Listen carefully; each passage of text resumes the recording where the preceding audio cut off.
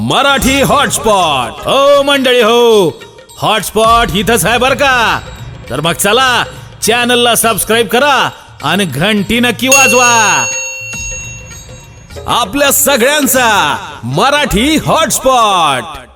की ज्या सुंदर असं वर्णन झालेलं की महाराज संसार ज्या कमळाप्रमाणे अतिशय सुंदर अशी सोपी व्याख्या केली। कारण परमार्थ ज्या वेळेला करण्याची वेळ येते, परमार्थ अतिशय सोपा आहे पण करावा कसा याला सुद्धा फार महत्व आहे। की ज्या संसारामध्ये आम्ही यावं, भगवंताच्या नामाची आम्हाला ओढ असावी, वेळ असावं, आवड असावी। ज्या वेळेला आमची वाणी सांगितलेली या संपूर्ण नरदेहामध्ये आल्यानंतर जी महत्वाची असणारी आमची वाणी आहे, जे ऊर्ध्वगतीला नेण्याचं कार्य करते, जे अधोगतीला सुद्धा नेण्याचं कार्य करते, अशी आमची वाणी की परापश्यंती मध्यमा आणि वैखरी पर्याया भगवंताच्या नामाची ओढ लावली तर निश्चित वैखरीमध्ये ते आल्याशिवाय राहत नाही। आणि जे वैखरीमध्ये येतं की चार माणसात गेल्यानंतर आमच्याकडे मन आहे महाराज, चार माणसात गेलं का शहाण्या माणसाला जास्त तोंड उघडायचं नसतं। कारण तोंड उघडलं की मग कळतं आतमध्ये ज्ञानाचं भांडार आहे का वाईट विचारांचं गटार आहे। चार माणसात गेलं का जास्त तोंड उघडायचं नसतं। जी आमची वाणी, या वाणीनं भगवंताच्या नामाचं वेड मनाला लावून घ्यायला सांगितलं। कशा करा जगद्गुरु तुकोबार आहे, तुम्हा आम्हाला उपदेश करतात। विनाशी शरीर आहे, शरीराला किती काही सांगितलं तो तेवढ्या पुरता करणार आणि विसरून जाणार। परंतु आत्मा कसा, नैनम छिदंत शस्त्राने नैनम दहति पावकः।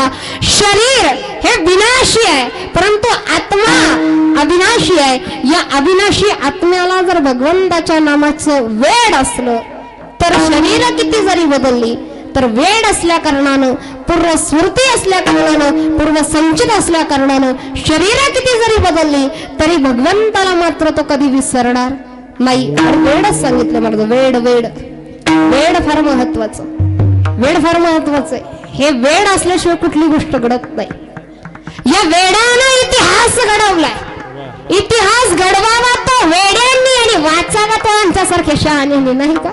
आमच्यासारखे शहाणी महाराज, आमच्यासारखी शहाणी माणसं।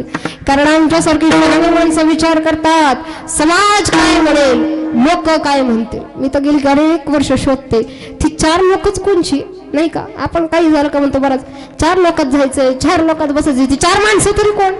समाज असा आहे आम्हाला घोड्यावरही चालू देत नाही, घोड्यावर बसू देत नाही आणि पायी सुद्धा चालू देत नाही। ज्या वेळेला परमार्थ करायचा आहे इतका वेळ लावा, समाज काही म्हणू द्या, समाजाला काही म्हणू द्या, परंतु वेळ मात्र सोडता कामा नाही। आज इतका सुंदर असा दिन आहे, पवित्र असा दिन जो माझ्या वाट्याला आला बरं, 14 मे छत्रपती संभाजीराजांची आज जयंती आहे। या वेळाने इतिहास घडवला तो आज दिवस आहे। एवढा सुंदर अशा या दिवसाची ही कीर्तन रूपे सेवा महाराज, खरंच काय तो जीव धन्य असावा।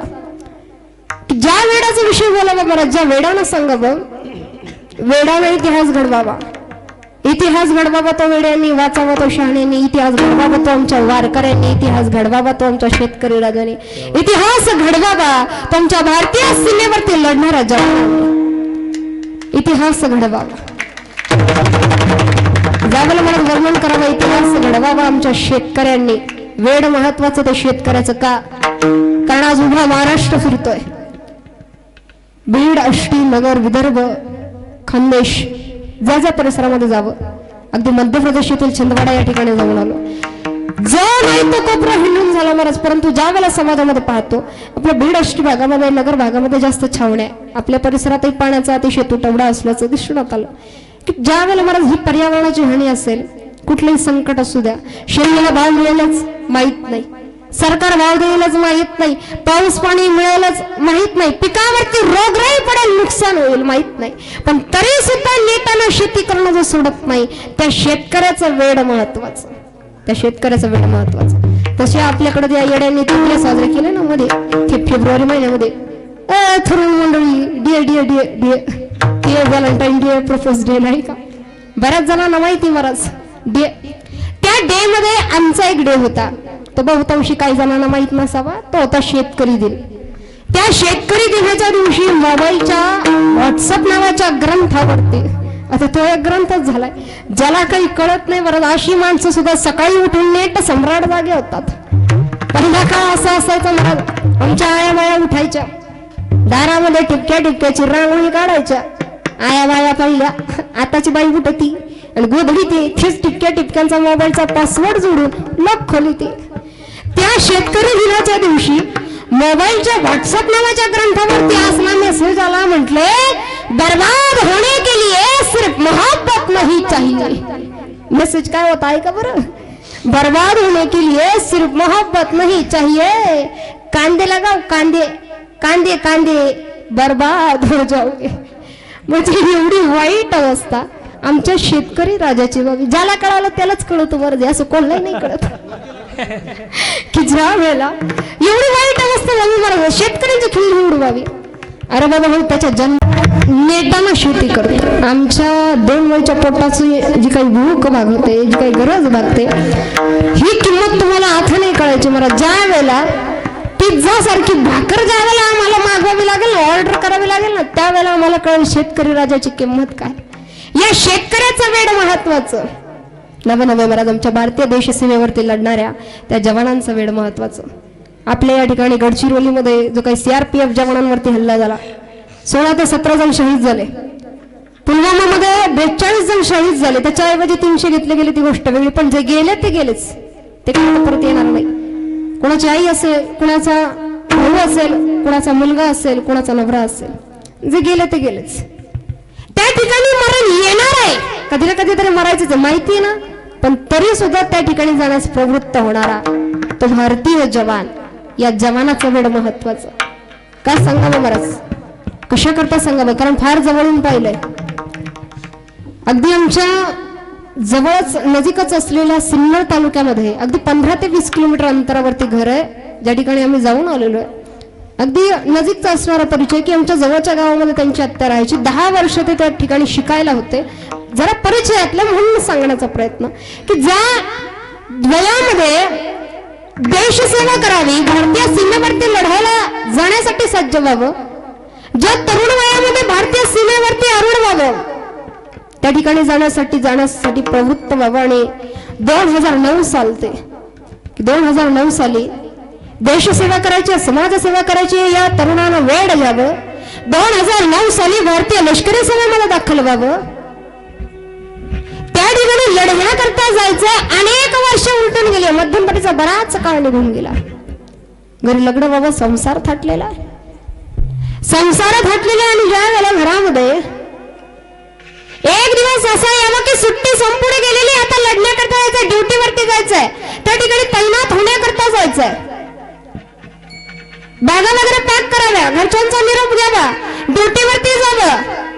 आणि दुसऱ्याच दिवशी सकाळची वेळ आहे, दुसऱ्याच दिवशी अगदी सकाळच्या वेळेला ताबा रेषेवरील नौशेरा सेक्टरवरती करण्यात आलेला तो हल्ला की पाकिस्तानाने शस्त्रसंधीचं उल्लंघन करावं आणि आमचा भारतीय सैन्याचा ताफा आक्रमण लढण्याकरता निघावा.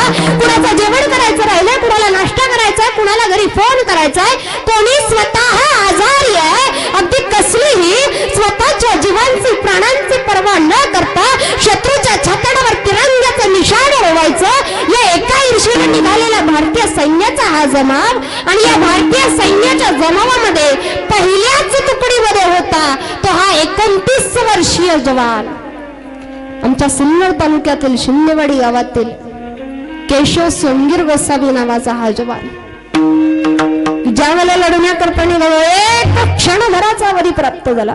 त्या क्षणामध्ये घरी फोन लावावा, बापाला सांगावं की बाबा बाबा जगलो तर तुमचं, नाहीतर भारत मातेचा.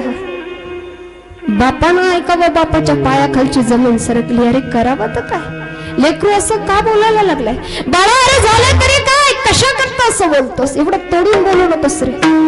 यांना सांगावा बाबा सकाळची वेळ आहे, पाकिस्तानाने शस्त्रसंधीचं उल्लंघन केलंय, अगदी काहीच क्षणांमध्ये आम्ही लढण्याकरता निघणार आणि या पहिल्याच तुकडीमध्ये माझा समावेश आहे. काय होईल मला माहित नाही, पण ज्या वेळेला मरण आम्हाला कधी कधी कळतं, मृत्यूचे संकेत कळतात, मरण कधी ना कधी तरी येणार आहे, पण तो दिवस नेमका आजच असावा की काय, काय वाटलं असेल कोणास ठाऊक. बापाला फोन करावं, सांगावं बाबा जगलो तर तुमचा, नाहीतर भारत मातेचा.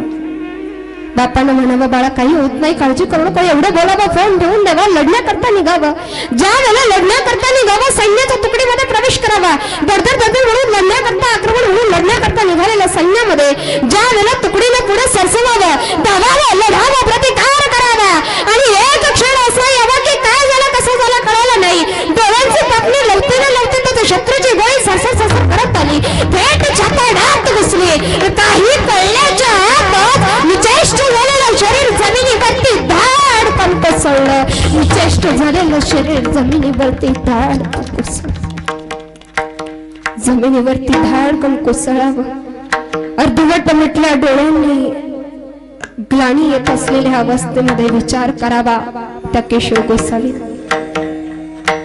की अरे थोड्याच वेळापूर्वी मी बाप्पाला फोन केला होता, बाप्पाला म्हणावं होतं की बाबा जगलो तर तुमचा, नाहीतर भारत मातेचा, आणि आता होतोय आहे भारत मातेचा. शत्रूची गोळी आली लागली, शेवटच्या घटका मोजल्या जातात. या शेवटच्या घटकेला त्याला आठवावं ते घर, घरातला बाप, कारण आई होती, आई 5-6 वर्षांपूर्वीच गेली. घरामध्ये बाप आहे, तोही अपंग आहे. 9 महिन्यांची गरोदर पत्नी घरामध्ये, नवरा जर इकडे शेवटचा श्वास घेतोय, काय वाटलं असेल मला त्या मरणाऱ्या केशव गोसावीला. बरं ज्या वेळेला बातमी घराकडे कळवायची, आनंदाचं वातावरण घरामध्ये, पहिल्यांदा आई होणार आहे, आई होण्यासाठी थोडासा अवधी शिल्लक आहे, 7-8 ते 9 दिवसांचा कालावधी शिल्लक आहे. मी आई होणार आहे, मला माहेरी जायचंय, म्हणून औरंगाबाद येथील फुलंब्री असलेल्या माहेरी जाण्याकरता निघालेली ती माऊली जणू काही एखाद्या चित्रपटाप्रमाणे घडावं की हिरोईनीनं बॅग घेऊन निघावी. फोन यावा की नवरा तिकडे शहीद झालाय, हातातली बॅग जशीच्या तशी निखळून पडावी, जसजसं रडायला लागावं, नवऱ्याच्या नावानं आवाज द्यावा, टाहो फोडावा. पण हा कोणताही चित्रपट नव्हता, हा कोणताही पिक्चर नव्हता, हे होतं वास्तवदर्शी चित्र. खऱ्या जीवनामध्ये ज्यावेळेला असं काहीतरी घडतं, काय वाटलं असेल मला त्या पत्नीला. पोटामध्ये 9 महिन्यांचा गर्भ आहे. कुठल्याही स्त्रीसाठी सर्वात महत्वाचा असतो तो म्हणजे नवऱ्याचा सहवास. सर्वात सुंदर गिफ्ट ते जर काय असेल तर पत्नीसाठी नवऱ्याचा सहवास. नवऱ्याचा सहवास तर नाहीच, पण आता नवरा शहीद झालाय. काय वाटलं असेल मला त्या पत्नीला. नवऱ्याचं प्रेत गावामध्ये यावं, धावं धावं धावं जावं, नवऱ्याच्या प्रेताला कडकडून मिठी मारावी. किती वेळा स्वप्न पाहावे. एक स्त्री स्वप्न पाहते जेव्हा ती लग्न करून सासरी जाणार असते, आणि दुसऱ्यांदा स्वप्न पाहते जेव्हा ती पहिल्यांदा आई होणार असते. पोटामध्ये असणारा जीव जसं रडावं, करावं तर काय. व्यक्ती एकदा का या जगातनं गेला महाराज, एकदा का व्यक्ती या जगातनं गेला आपण त्याला परत आणू शकत नाही. किती प्रेम असू द्या, किती भावना असू द्या, साधू संतांशिवाय, देवाशिवाय, भगवंताशिवाय इतर कोणाला ते जमलंच नाही. बरं एक क्षण असा यावा तिने विचार करावा की अरे आपण का रडतोय, आपण कशासाठी रडतोय. आपला नवरा दारू पिऊन, लिव्हर खराब होऊन, किडन्या खराब होऊन अशांसारखा नवरा तर नव्हता ना. आपला नवरा वाईट मार्गाला लागून फाशीवरती जाणारा, एका दुष्ट प्रवृत्तीमध्ये अडकून मरणारा नवरा तर नव्हता. आपला नवरा होता या देश बांधवांसाठी स्वतःच्या जीवांची, प्राणांची आहुती देणारा एक शूरवीर योद्धा.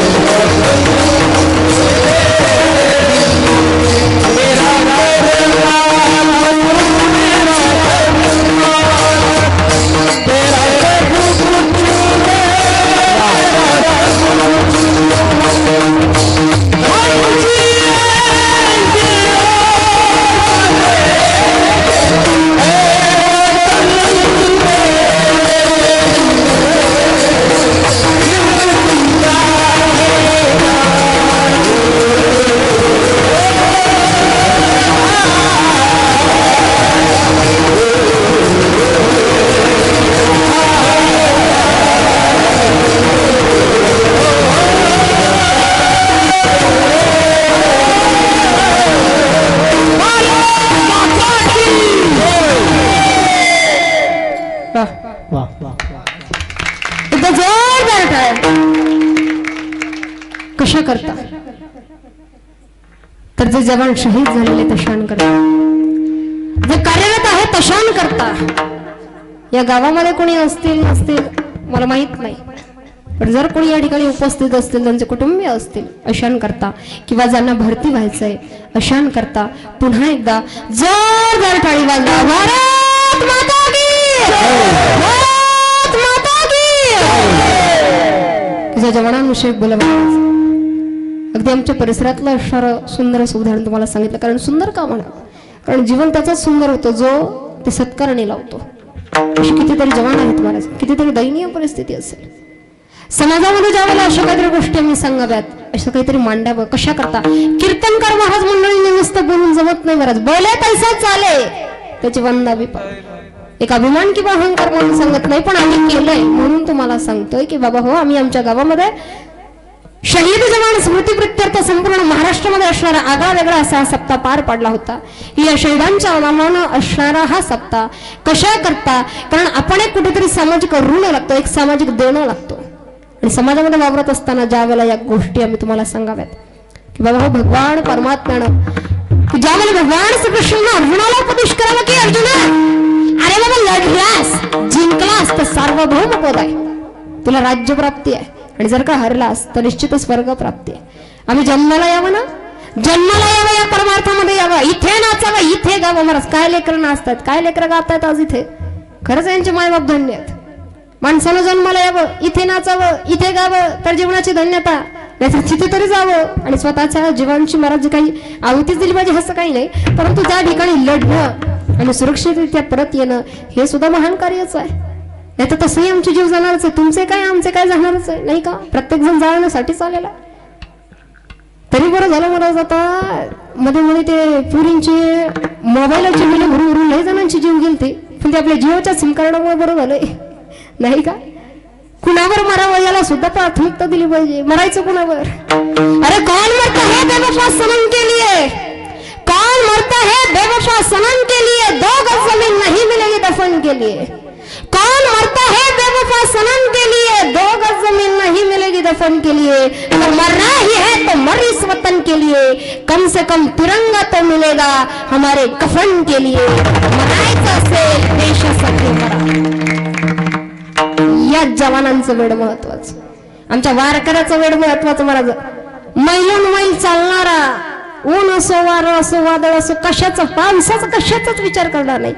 अगदी महिना 2 महिने वारी करणार. कशा करता, पांडुरंगाच्या एक वार दर्शन करता बारी लावावी, महिना 2 महिने वारी करावी, एक वार दर्शन करता एवढा मोठा अट्टहास करणारा आमचा वारकरी. खरंच त्याचं वेड महत्वाचं. वेड महत्वाचं ना मला. या सर्वांच्या वेडामध्ये आणखी एक वेड सांगावं असं वाटतं, ते वेड म्हणजे मला आमच्या बापाचं महत्वाचं. या समाजामध्ये ज्या वेळेला अशा काही गोष्टी म्हणतात, आजचा हा दिवस मी तुम्हाला पहिलेच सांगून गेले की अतिशय महत्वाचा, की ज्या वेळेला बापाचं महत्व सांगावं महाराज, बापाचं महत्व कळावं ते आमच्या राजांना, आमच्या देवाला. ज्या वेळेला महाराज छत्रपती शिवाजी राजांचं अतिशय सुंदर असं उदाहरण या कीर्तनांमध्ये दिलं होतं. आनंद वाटतो, पण कुठे ना कुठेतरी आमच्या शंभूरावांविषयी बोलावं. किती सुंदर तो दिवस. आजच्या या दिवशी ज्यावेळेला पुरंदरगडावरती अगदी लगबग चाललेली आहे. कशा करता, काय आहे आज, तर आज आहे सईबाईंच्या प्रसूती वेदनेचा दिवस. प्रसूती वेदना म्हणजे तरी काय, प्रसूती वेदना म्हणजे तरी काय महाराज, शरीरातली 208 हाडं एकाच वेळी मोडून गेली की काय, अशा वाटणाऱ्या तीव्र स्वरूपाच्या या वेदना, या प्रसूती वेदना त्या सोसाव्यात त्या फक्त स्त्रीनं. असा पुरुषार्थ, स्त्री सारखा पुरुषार्थ दुसरा कुणाजवळ नाही महाराज. जिवंत लेकरू 9 महिने 24 तास पोटात बाळगणं आणि त्याला जन्म देणं, जावे त्याच्या वंशा देवाकडे. ज्या वेळेला राणी सईबाईंच्या पोटामध्ये दुखू लागलेला आहे, गडावरती लगबग सुरू झालेली आहे. आज बाळराजा जन्माला येतील, आज बाळराजा जन्माला येतील. गडावरती लगबग वाढू लागलेली आहे. ज्या विशिष्ट पोचारलेल्या घरामध्ये, विशिष्ट आरक्षित केलेल्या घरामध्ये, त्या विशिष्ट रूममध्ये, त्या खोलीमध्ये सईबाईंना नेण्यात आलेलं, सईबाईंना नेण्यात यावं. अनेक प्रकारचे वैद्य हकीम त्या ठिकाणी उपस्थित आहे. प्रसूती वेदना वाढवत चाललेला आहे, प्रसूती वेदना वाढवत जाव्या. करता करता करता करता करता तो क्षण यावा की ज्या क्षणाला या हिल्लरी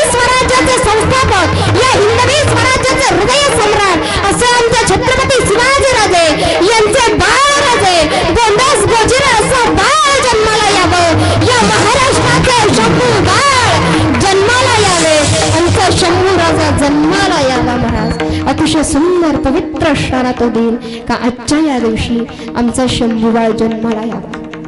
कुणाला वाटेल महाराज काय आनंद आहे, काय आनंद वर्णन करावा.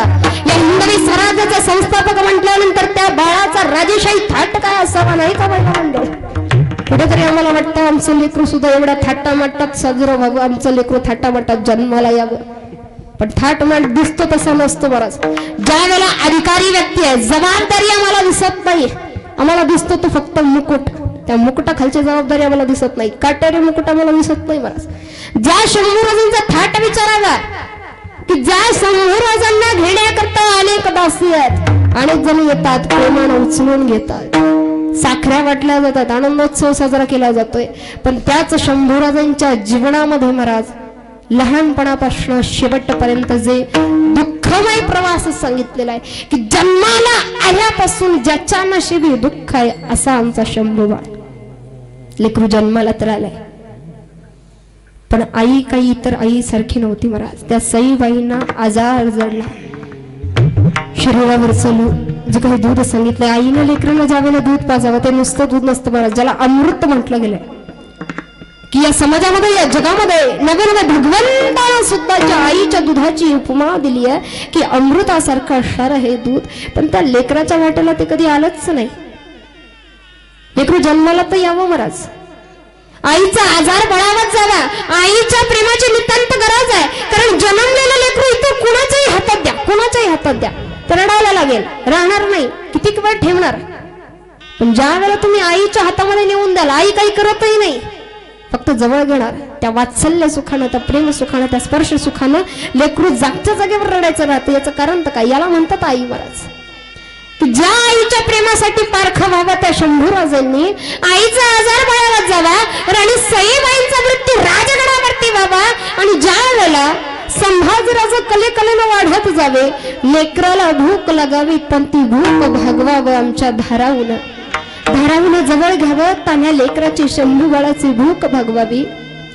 करता करता कलेकलेनं वाढत जाणारा शंभूबाळ महाराज की ज्याच्या नशिबामध्ये ज्या ज्या वेळेला तर लेकरांना पाहावं, आपले साथीदार आहेत, ते सवंगडी आहेत, त्यांच्या आईकडे बघावं, मनामध्ये भावना दाटून यावी की अरे आपली ही आई असती तर. जिजाऊ साहेबांनी प्रेम द्यावं महाराज, आजीनं प्रेम द्यावं, पण शेवटी आई ती आईच. कोणी किती म्हणाला मी तुझ्या आई सारखी आहे, आई सारखी आहे, आई तर नाही ना. ज्या वेळेला लेकरांना तर शंभूबाळानं पाहावं, पण मनामध्ये प्रश्न यावा, अरे आपण रडून जमणार नाही, एवढ्या मोठ्या हिंदवी स्वराज्याचे संस्थापक यांचे पण पुत्र आहोत, आपल्याला रडून जमणार नाही. आतापर्यंत मी कथा ऐकल्या असतील महाराष्ट्र, शौर्य गाथा, आतापर्यंत मी शंभूबाळांविषयी अनेक प्रकारची उदाहरणं ऐकली, पण असं उदाहरण आज आम्ही ऐकत आहोत की ज्या शंभूराजांनी कलेकलेला मिळत नाही म्हणून भांडावं की काय, एखादी गोष्ट आपल्याला मिळत नाही म्हणून रडावं की काय, एखादी गोष्ट आपल्या नशिबातच नाही मग त्याच्यासाठी रडायचं कारणच काय. हे ज्याला जमलं तोच माणूस मोठा झाला. ज्या शंभूबाळांनी महाराज कधी आयुष्यभरात रडले नाही, कधी कुठल्या गोष्टीसाठी रडले नाही, अगदी शेवटचा क्षण आला, शेवटच्या क्षणाला या मुघलांनी एवढं हाल हाल करून मारलं गेलं, डोळे काढले गेले, वाचा काढली गेली, शरीराचे तुकडे तुकडे केले, तरी सुद्धा ज्यांच्या डोळ्यामध्ये एक अश्रूचा थेंब आला नाही, एवढा मोठा पहाडासारखा राजा, एवढा पहाडासारखा आमचा शंभूबाळ की ज्याला वाघाला फाडावं असा असणारा पराक्रमी, महापराक्रमी आमचा शंभूबाळ आयुष्यामध्ये एक क्षण त्याचा असा आला की त्या क्षणाला आमचा शंभूबाळ रडल्याशिवाय राहिला नाही. आणि तो क्षण म्हणजे हिंदवी स्वराज्याचे संस्थापक छत्रपती शिवाजी महाराज यांचा मृत्यू व्हावा, आणि मृत्यू झाल्याच्या नंतर डसडसा लहान लेकरागत रडावं ते आमच्या शंभूबाळ. आमचे संभाजीराजे रडले महाराज, आमचा शंभूबाळ रडला. आमचा बाप या जगात नाही, शेवटच्या क्षणाला बापाचं दर्शन घेता येत नाहीये म्हणून रडणारा शंभूबाळ.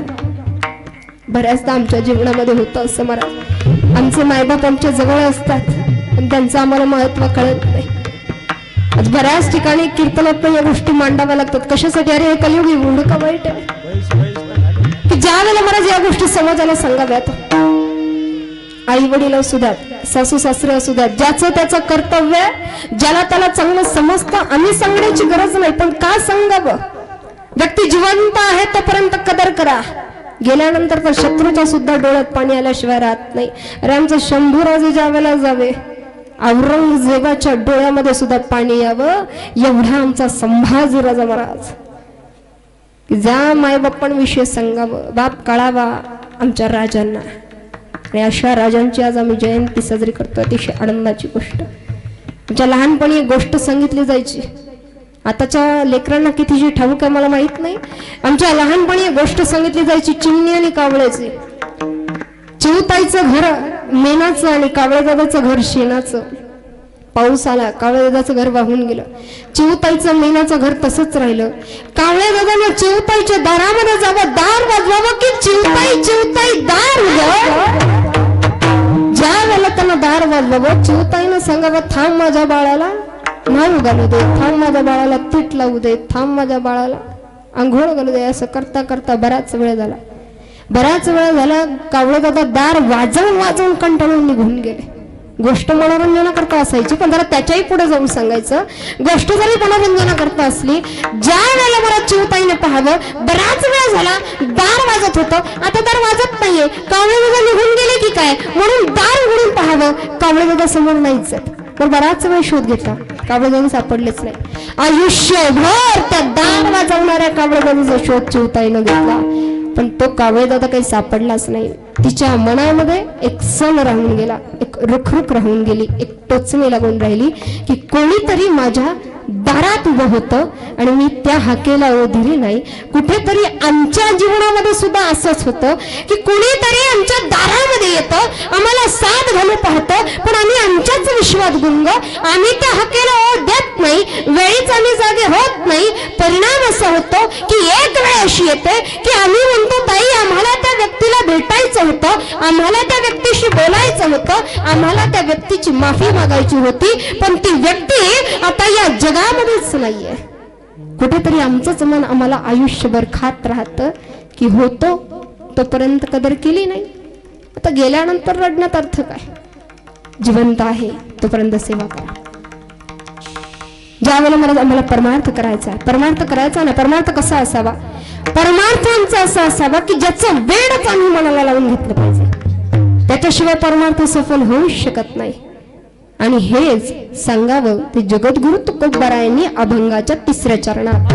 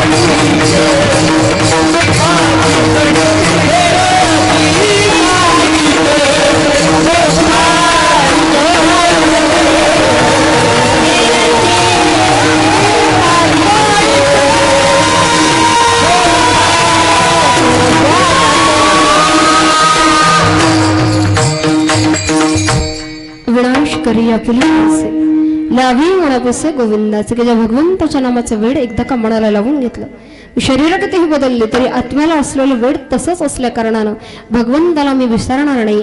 याचाच अर्थ भगवत प्राप्ती या जीवाला झाल्याशिवाय राहणार नाही. जन्मोनजन्म या दुःखरूपी मायेमध्ये आम्ही गुरफटून राहतो. अनेक जन्मांचा सहवास सांगितलं की या अनेक जन्मांच्या चक्राला भेदून आम्ही त्या निर्विकार पदापर्यंत, निर्विकार भगवंतापर्यंत पोहोचू शकू.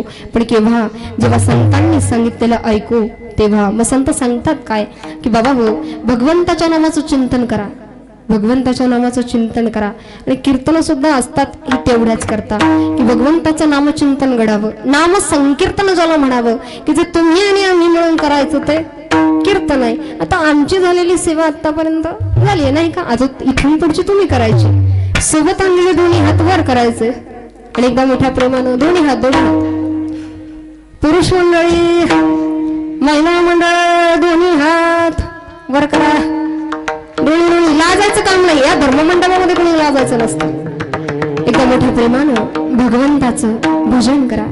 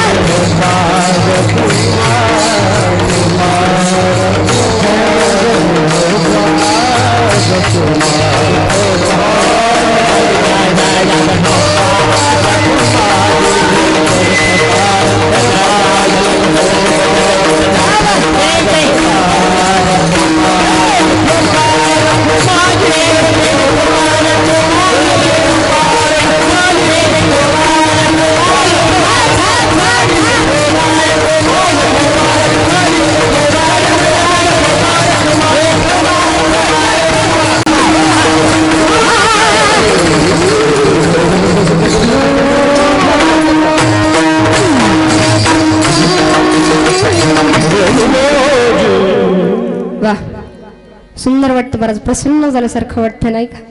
भगवंताचं भजन या नामसंकीर्तनाद्वारे आपल्या हातनं घडावं की जेणेकरून या जगामध्ये आम्ही यावं, या वारकरी संप्रदायामध्ये आम्ही यावं, या संसारामध्ये आम्ही यावं.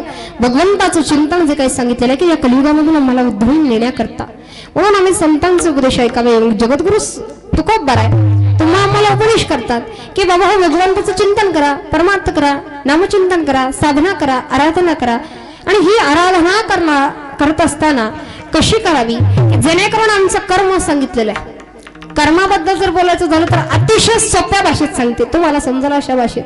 कर्म कर्म कर्म, आमचं कर्म कसं असावं. जर कधी तुम्हाला यमराज नेण्याकरता आले, आज नाही बरं, जर कधी आले यमराज, जर कधी तुम्हाला नेण्याकरता आले तर तुमचं कर्म एवढं चांगलं असावं, एवढं चांगलं असावं का त्या बिचाराने यमराजानं या रेड्यावरनं खाली उतरलं पाहिजे, रेड्यावरनं खाली उतरलं पाहिजे आणि तुम्हाला म्हणलं पाहिजे का साहेब तुम्ही रेड्यावर बसा, मी पायी पायी चालतो. एवढं आमचं कर्म चांगलं असावं की बाबा हो गेल्यानंतर कमीत कमी 4 जणांच्या डोळ्यामध्ये अश्रू आले पाहिजे. आणि अशा या भगवंताची आराधना करत असताना, या जगातनं मी जात असताना की ज्या कीर्तीविषयी बोलावं महाराज. आज कीर्त राहिली आहे, माणूस या जगातनं जातो पण त्याचं नाव कुठे ना कुठेतरी राहिलं पाहिजे. ही कीर्त आतापर्यंत राहावी ती ज्ञानोबा तुकोबारायांची, ही कीर्त राहावी आमच्या पंढरीच्या पांडुरंग परमात्म्याची, ही कीर्त राहावी आमच्या शिवाजी राजांची, ही कीर्त राहावी आमच्या संभाजी राजांची. आणि अशीच कीर्त कमीत कमी आमच्या 1-2 पिढ्या तरी आमची राहिली पाहिजे. म्हणून काय करा, भगवंताची एवढी आराधना करा, एवढी आराधना करा की जेणेकरून गेल्यानंतर 4 माणसांनी तुम्हाला ओळखलं पाहिजे. अभंगाचं शेवटी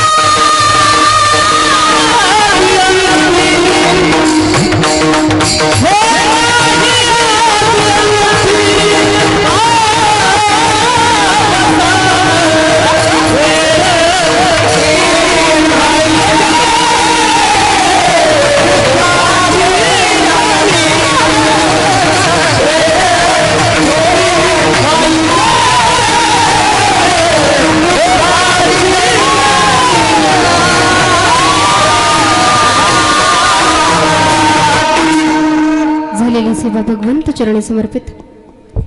या कीर्तन सभेसाठी साथ करणाऱ्या आणि सुंदर असं गायन वादन करणाऱ्या सर्व कलाकारांसाठी एकदा जोरदार टाळी वाजवा.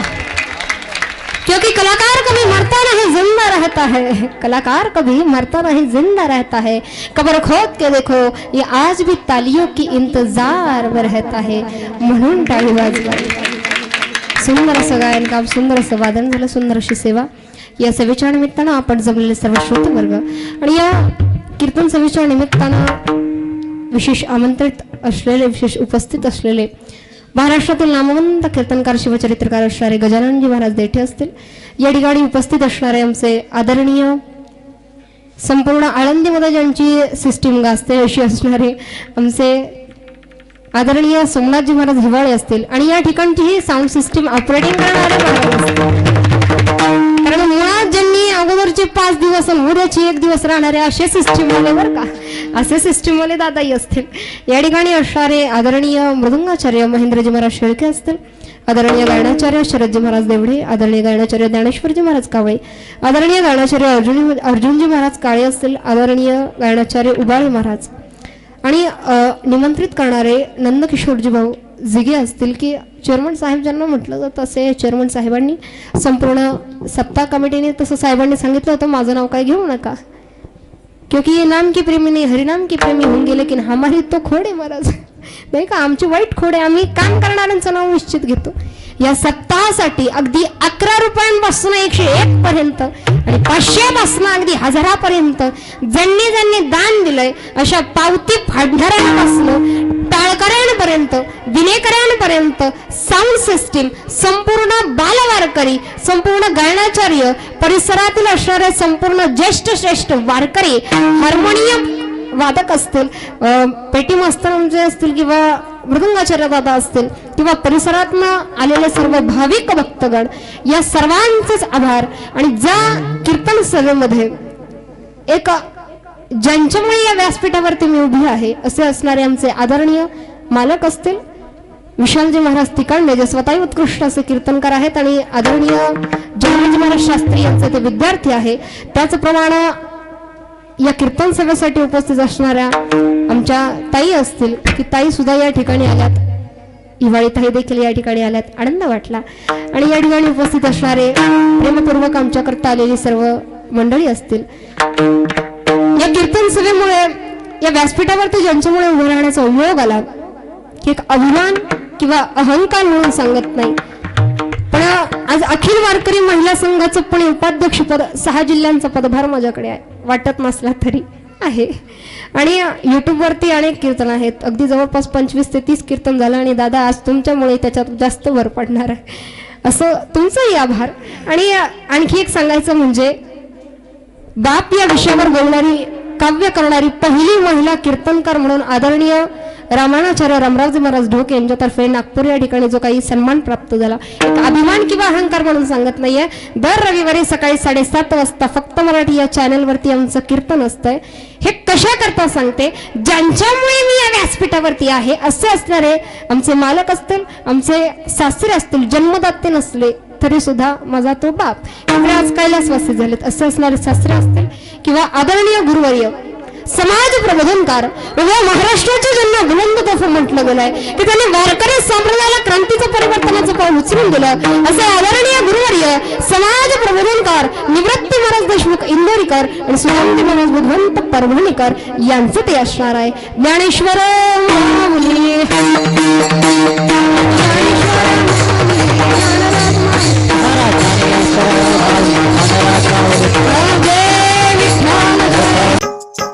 मराठी हॉटस्पॉट. हो मंडळी हो, हॉटस्पॉट इथंच आहे बर का. तर मग चला चॅनलला सबस्क्राईब करा आणि घंटी नक्की वाजवा. आपल्या सगळ्यांचा मराठी हॉटस्पॉट.